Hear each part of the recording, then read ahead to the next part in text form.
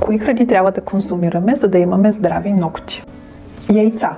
Те съдържат биотин, протеини и желязо, които укрепват и предотвратяват чупливостта на ногтите.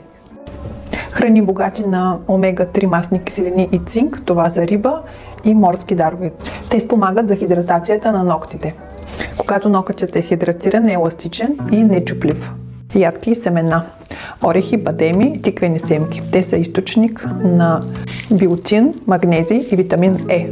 Листните зеленчуци, като спанак и рукола, те са богати на желязо и фолиева киселина, спомагат за здравината на ногтите. Морковите и сладките картофи, те са богат източник на витамин А. Бобовите растения също са източник на протеин, биотин. Те също заздравяват ногтите. Червеното месо и птиците също са източник на протеин. Консумацията на тези храни, съчетано с достатъчно прием вода, ще балансира вашето здраве и ще накара ногтите да сияят и да бъдат здрави. Повече съвети за здрави ногти може да откриете в книгата "Маникюрът от хоби до професия"